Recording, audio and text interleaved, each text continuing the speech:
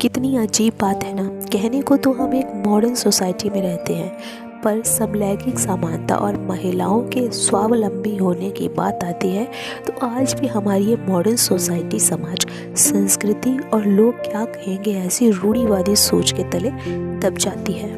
बस इसी सोसाइटी का हिस्सा है मेरे आज की कहानी के किरदार Payal. New moral and emotional sad story.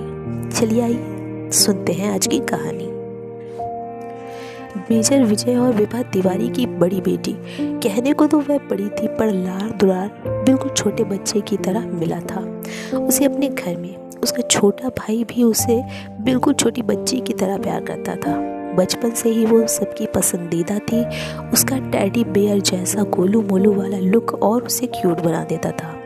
पापा की परी और माँ के दिल का टुकड़ा पायल एक परफेक्ट ऑलराउंडर थी। पढ़ाई, सिंगिंग, डांसिंग, डिबेट सब में अव्वल। बचपन से ही पायल ने यही देखा था और जाना था कि वो और उसका भाई दोनों ही माँ बाप के लिए एक समान है।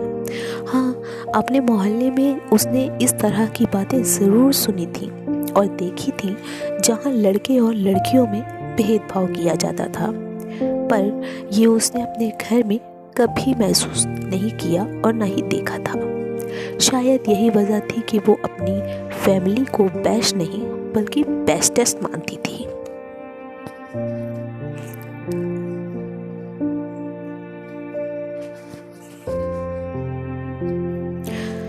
सूर्यनगर जैसे छोटे शहर में रहकर भी उसे कभी ये महसूस नहीं हुआ कि उसे कोई सुविधा नहीं मिल पा रही या उस पर कोई पाबंदी लगाई जा रही है। उसके कहने से पहले ही चीज़ें उसके सामने होती थी, चाहे वो पढ़ाई के लिए कंप्यूटर हो या अपनी सिंगिंग की हॉबी को फॉलो करने के लिए गिटार हो। उसके पापा अपनी लाडली को किसी चीज़ की कोई कमी नहीं होने देते थे। एक दिन पायल बेसब्री से अपने 12वीं के रिजल्ट का इंतज़ार कर रही थी। अपनी 12वीं की परीक्षा में उत्तीर्ण होकर पायल ने फिर से वो इतिहास दोहराया जो टॉपर पायल ने 10वीं में रचा था। घर में होली दिवाली जैसा माहौल था। रिश्तेदारों के बधाइयों की लाइन लगी हुई थी। मिठाइयों से घर भरा पड़ा था और आज एक बार फिर अपनी बेटी की वजह से मेजर साहब का सीना गर्व से फूला नहीं समा रहा था। अपने पापा की आंखों से खुशी के आंसू छलकता देखकर पायल ने झट से उन्हें गले से लगा लिया और राहत की लंबी सांस ली। आखिर यही तो उसके जीवन का इकलौता मकसद था जो शायद हर बेटी का होता है, अपने पापा को प्राउड फील करवाना। रिजल्ट्स के कुछ दिन बाद ही इंजीनियरिंग कॉलेज से कॉल आ गया और अपने सपने की तरफ एक और कदम आगे लेने का वक्त आ गया था। वैसे मन में तो सवालों की सुनामी सी चल रही थी पायल के मन में। घर से इतने दूर रह पाऊंगी या नहीं? मम्मी के बिना मुझे नींद कैसे आएगी? आज तक तो मैं माँ पर निर्भर थी, वहाँ अपने सारे काम खुद करके पढ़ाई करनी होगी। पढ़ाई अच्छे से कर पाऊंगी या नहीं? कहीं मैं गलत संगति में ना पड़ जाऊं। ऐसे ही न जाने कितने सवाल पायल के मन में आ रहे थे। उसने अपनी आंखें बंद की और एक लंबी सांस ली। उसे सिर्फ अपने पापा का चेहरा दिखाई दिया और उसने इन सारे सवालों को दरकिनार कर सिर्फ एक बात सोची कि 4 साल की इस जुदाई से उसका और उसके पापा का वो सपना पूरा हो सकता है जो दोनों ने साथ देखा था। तिवारी परिवार की पहली इंजीनियर का ताज अपने सर पर पहनना चाहती थी पायल। अपने दिल को मजबूत कर पायल ने माँ पापा का आशीर्वाद लिया और चेहरे पर मुस्कान लिए चल पड़ी। वो ट्रेन में बैठकर अपने उस सपने को पूरा करने जो उसने और उसके पापा ने देखा था। Emotional stories that make you cry in Hindi. और कॉलेज पहुंचते ही पायल की आंखें खुली की खुली रह गईं। सूर्यनगर की छोटी सी गलियों से निकलकर वो आज मुंबई जैसे बड़े शहर में अपनी इंजीनियरिंग के सपने को जीने वाली थी। कॉलेज का पहला दिन बहुत ही शानदार रहा। पायल अपनी 2 रूममेट्स के साथ घुल मिल गई।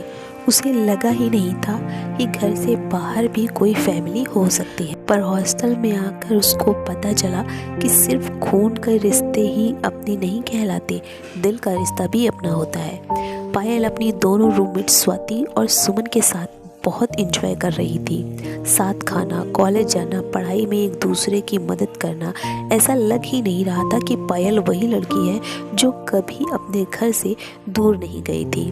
खैर, ये बात जानकर पायल के घर वालों को बहुत खुशी हुई कि वो हॉस्टल में अच्छे से एडजस्ट हो गई है और उसे घर वालों की बिना वह अकेला महसूस नहीं होता। और जैसा कि अब तक होता आ रहा था, कॉलेज में भी पायल ने पढ़ाई के मामले में वही परंपरा कायम रखी और हर एग्ज़ाम में वो टॉप करती रही। बेटी का रिजल्ट देखकर पायल के माँ बाप को अपनी बेटी पर गर्व महसूस होता। पायल अपने आप को कॉलेज में बहुत रिजर्व रखती थी, ना किसी से ज़्यादा बातचीत, ना ही ज़्यादा दोस्ती। कॉलेज से हॉस्टल और रूममेट्स के साथ थोड़ा हंसी मजाक। अपने कॉलेज में पायल की छवि एक पढ़ाकू और कम बोलने वाली लड़की की थी। लोग अक्सर उसके पास तभी जाया करते थे जब किसी को कोई नोट्स चाहिए होता था। Short story on quality in Hindi. Payal अपनी इस छोटी सी दुनिया और दो दोस्त सुमन और स्वाति के बीच खुश थी और देखते ही देखते प्लेसमेंट का दिन भी आ गया। वो दिन जिसके लिए सभी स्टूडेंट्स हर सेमेस्टर में जी जान से पढ़ाई करते थे ताकि एक अच्छी सी कंपनी में उनको नौकरी मिल जाए। और प्लेसमेंट्स के रिजल्ट्स फिर से ऐतिहासिक थे, हो भी क्यों ना। इस साल पायल जैसी होनहार लड़की जो प्लेसमेंट में बैठी थी, जो कि बचपन से ही रिकॉर्ड्स बनाने के लिए मशहूर थी, जहां बाकी स्टूडेंट्स एक ही कंपनी में नौकरी पाके भूले नहीं समा रहे थे, वहीं पायल के पास तीन कंपनियों का जॉब ऑफर था। उसकी आंखों में पानी भराया था।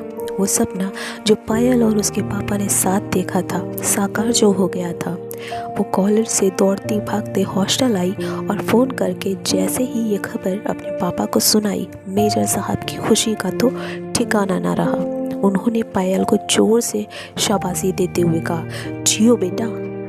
पायल को उसके दोस्त, क्लासमेट्स, प्रोफेसर और रिश्तेदार बधाई देते नहीं थक रहे थे। और देखते ही देखते अपनी डिग्री पूरी होते ही पायल को कंपनी से ज्वाइनिंग लेटर आ गया और फिर वो चल पड़ी अपने सपनों को और ऊंची उड़ान देने।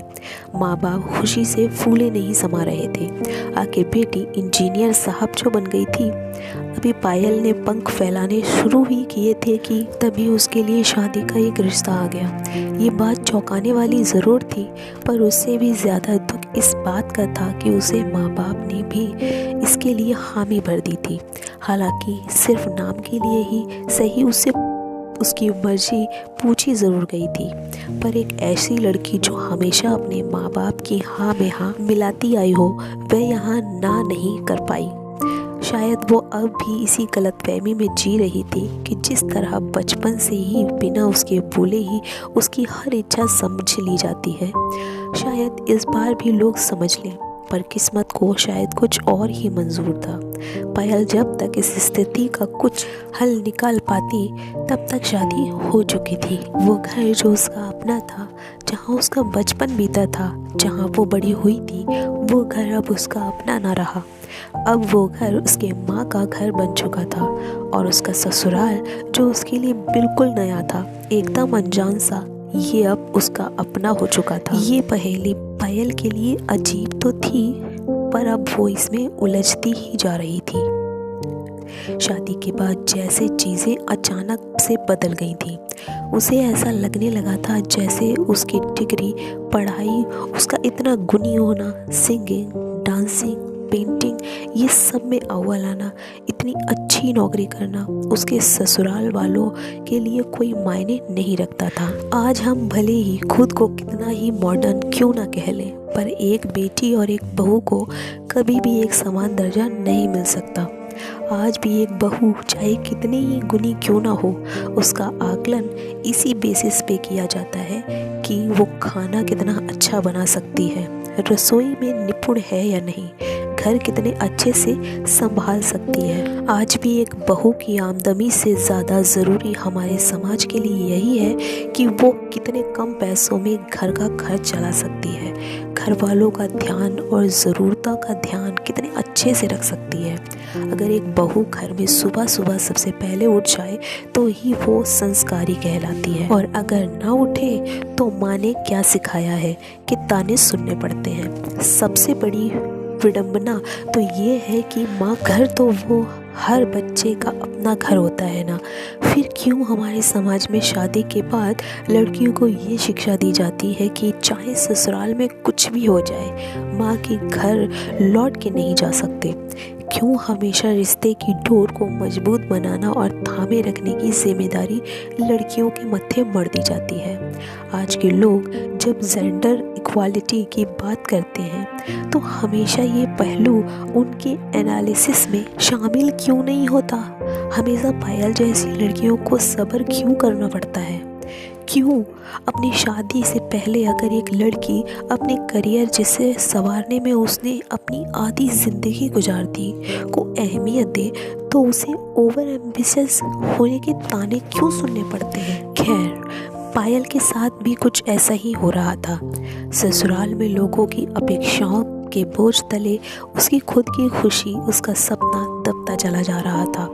जब भी वो अपनी भावनाएं पति से शेयर करने के बारे में सोचती तो पति देव के पास उसके लिए टाइम ही नहीं होता था, और अगर अपनी माँ या पापा से ये बातें करना चाहती तो बेटी अब वही तुम्हारा घर है, उसी में खुश रहना सीखो की सलाह मिलती थी। आखिर इस घुटन की ज़िंदगी से तंग आकर पायल ने एक दिन बहुत हिम्मत जुटाकर एक फैसला लिया कि अब नहीं, अब वो उस गलती को नहीं दोहराएगी जो वो बचपन से करती आई है। अब वो दूसरों को खुश करने के लिए नहीं, अपनी खुशी के लिए जिएगी। वही करेगी जो उसके मन को अच्छा लगे, जो उसके सपने हों। ज़िंदगी भगवान ने एक ही दी है और बहुत किस्मत से इंसान के रूप में हम धरती पे आए हैं। जब भगवान ने ही कोई बंधन में नहीं रखा हम इंसानों को, तो फिर क्यों हम खुद को बांध कर ये जीवन जीते हैं? Discrimination between girl and boy in family in Hindi. Payal ने अपना सामान पैक किया और चल पड़ी अपने सपनों को साकार करने, हर बंधन को तोड़कर। अब वो वहाँ रहेगी जो उसका घर हो, खुद का घर हो, न ससुराल हो और न ही माँ का घर, जिससे हर लड़की की न जाने कितनी यादें जुड़ी होती हैं, पर वो कभी उसका अपना नहीं कहलाता, कभी उसका अपना नहीं हो पाता।